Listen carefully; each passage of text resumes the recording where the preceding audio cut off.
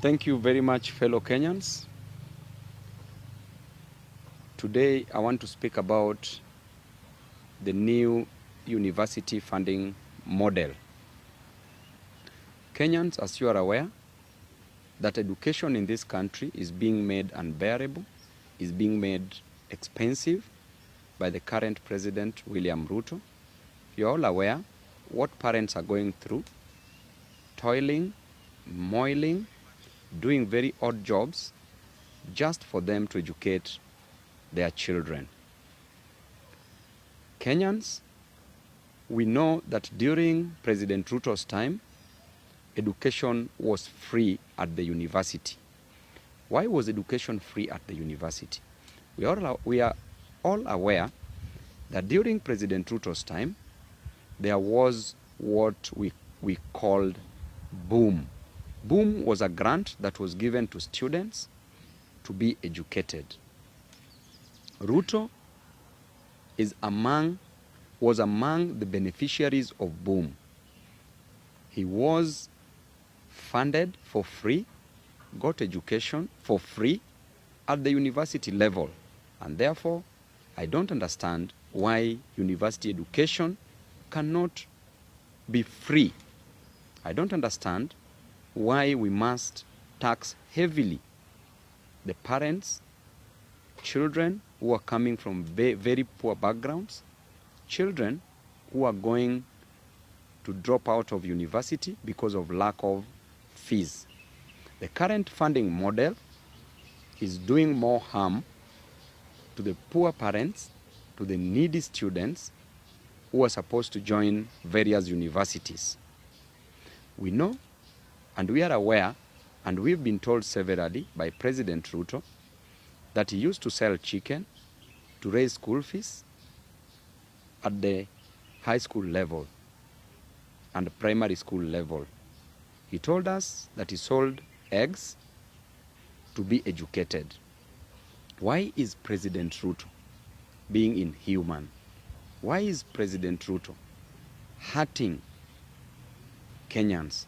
Why is President Ruto punishing students?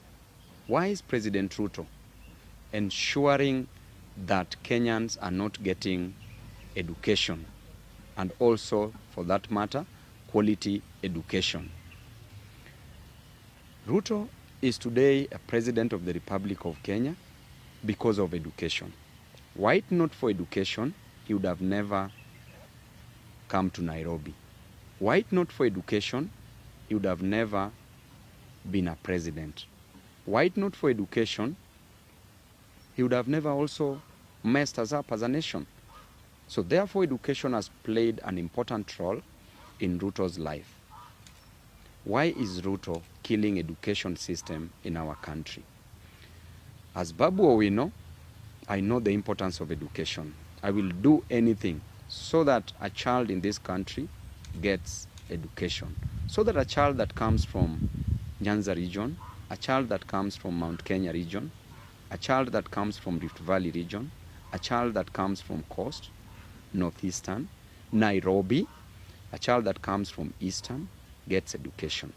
And therefore, I will mobilize students across this nation, and I want to also speak to the student leaders just briefly. I want President Ruto to suspend and to scrap off, not even suspend, to scrap off this new funding model. As Babu Owino, knowing very well the importance of education, and it is because of education, that is why I am where I am. It is because of education, that is why I managed to come to Nairobi. It is because of education, that is why I studied.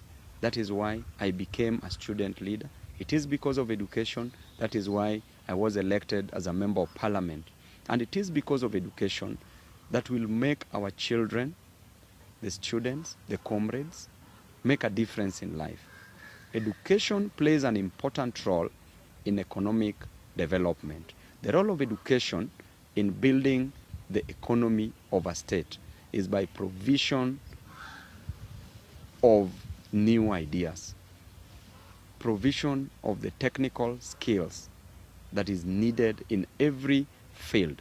When you go to agriculture, you need education so that you can know in what ratio do you need to mix fertilizer, so that you can know how a land can be plowed to give you maximum yield and maximum productivity. If you go to hospitals in the health sector, you know the role of doctors, the role of nurses, the role of medics. If you go to any field, the engineers, we know what they do in this nation. Teachers, we know how they train pupils, learners, and all students. Therefore, education plays a very pivotal role. It is the fulcrum, it is the backbone of the economy in this nation. Therefore, education should never be messed up with. We should give it maximum priority. So many students are not going to join universities.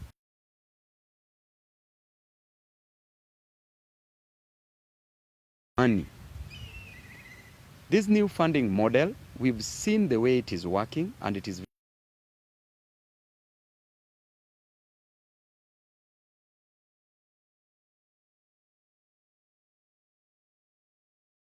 will be discriminated upon based on their status in life. In Kenya, statistics from the Kenya Bureau of Standards clearly well that 85% of Kenyans come from very, very poor backgrounds. They are very poor, they can't afford. And therefore, if 85% of Kenyans come from very poor backgrounds, how then will a parent afford education? Even 9,000 Kenya shillings, a child is being sent away from high school because of 9,000 Kenya shillings in a year, because a parent cannot afford these 9,000 Kenya shillings. When you go to a mama mboga, to a boda boda rider who is earning only 100 shillings or 200 shillings in a day, this is a parent who cannot afford to educate one or two children. A student is sent home because of lack of 9,000. How will this parent afford over 10,000 in a year, over 20,000 in a year, over 100,000 in a year, over 200 to 300,000 in a year that the university education is offering? The Truto is making sure that these parents are paying exorbitantly for education. I want to come back to the relevant examples. So many mothers, so many fathers, so many students have sent me their fee structure, have sent me messages. They have called me, we've talked to them. They can't afford education. They are talking on media. They are talking on social media. They are talking on both print and electronic media. And the message is simple, that they can't afford education. There was a mama mboga that was aired on TV the other day.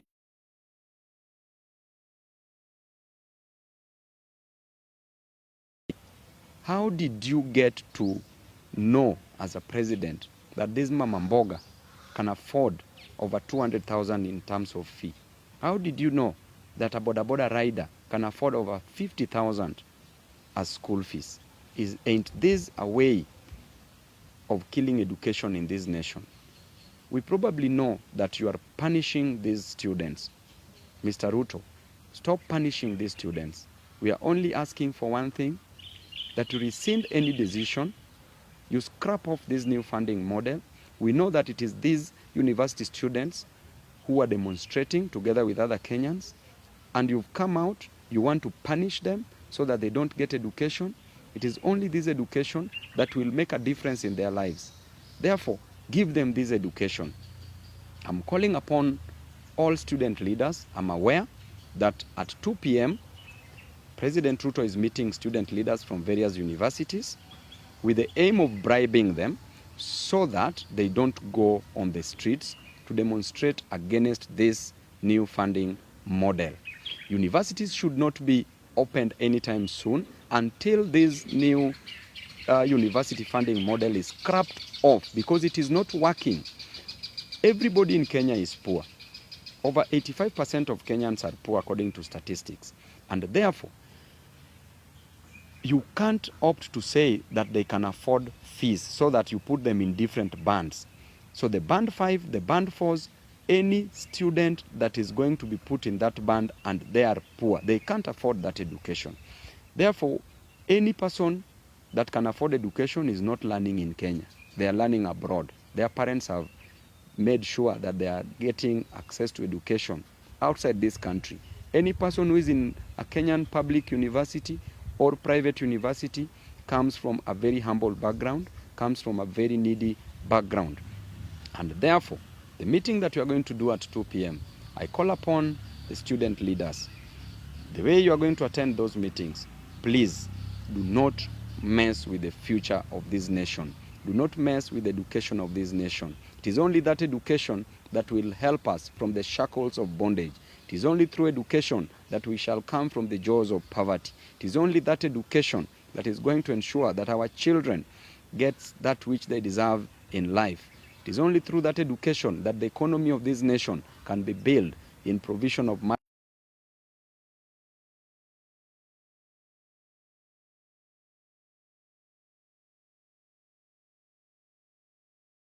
bargained on. There should be no agreement between you and President Ruto on matters education if it is not about scrapping off the new funding model.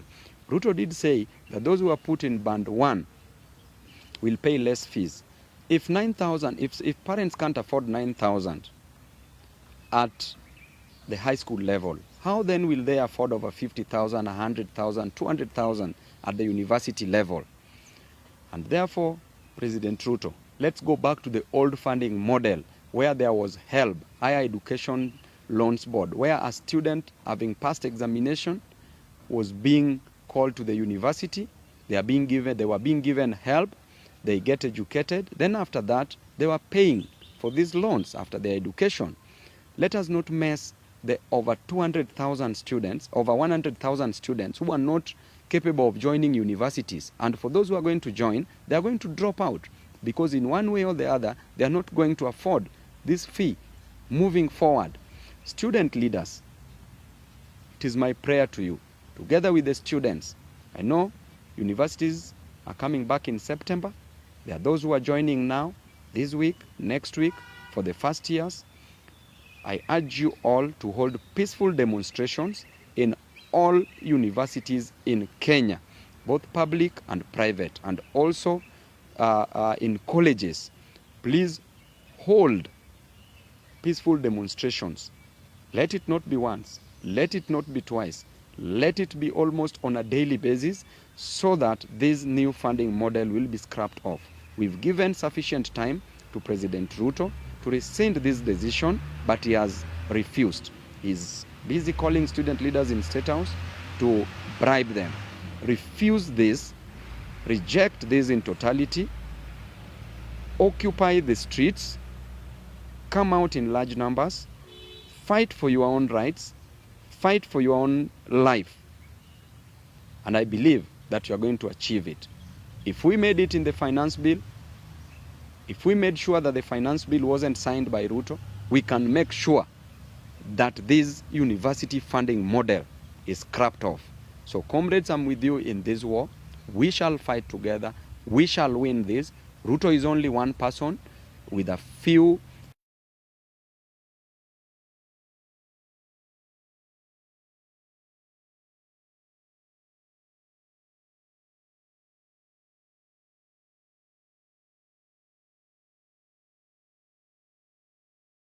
that shall come with this. We shall all go to the city of victory together. Let us do it once again. Student leaders, after State House, plan for demonstrations across universities in this country. Of course, peaceful demonstrations. Thank you and God bless you all. On that note, I also want to talk about the issue of the teachers' strike. The teachers who are striking have a right to strike. These teachers are not being paid sufficient salaries, yet Kenya has money. Yet the president is taking loans day and night. Yet the president is collecting taxes. Revenue is streaming in to a tune of 5.1 billion Kenya shillings per day. Kenya makes approximately over 5 billion And therefore, the teachers who started teaching in this country should be added salaries. Those junior secondary school teachers should be confirmed and their salaries should be added, should be upgraded. For there are those teachers who are trained and many years now, they are still at home. These teachers have been at home for over 10, 15 years.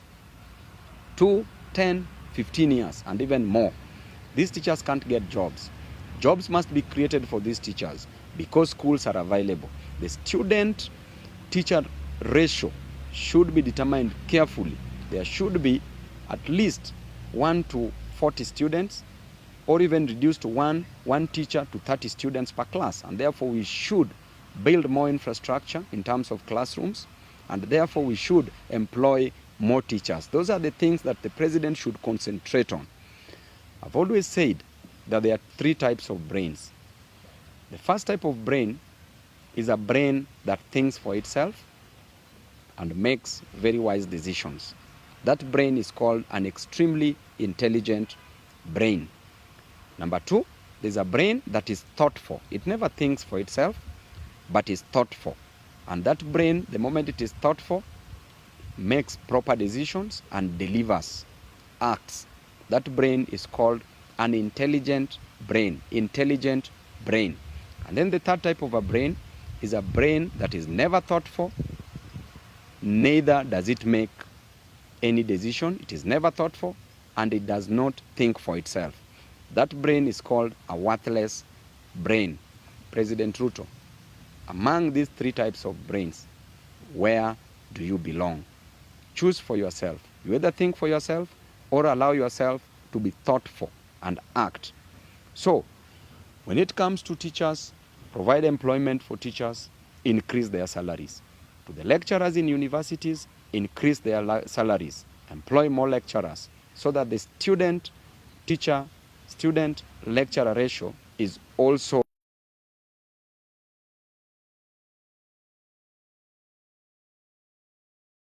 institutions of learning.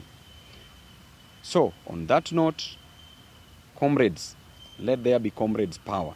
The comrades' power must never sleep. The comrades' power that I know of is a comrades' power that will fight for its own rights. Student leaders, you will be judged by what you do. Please, come out. If you want to be a proper student leader, act. Be on the side of the people. Do not be on the side of the oppressor. Tibim.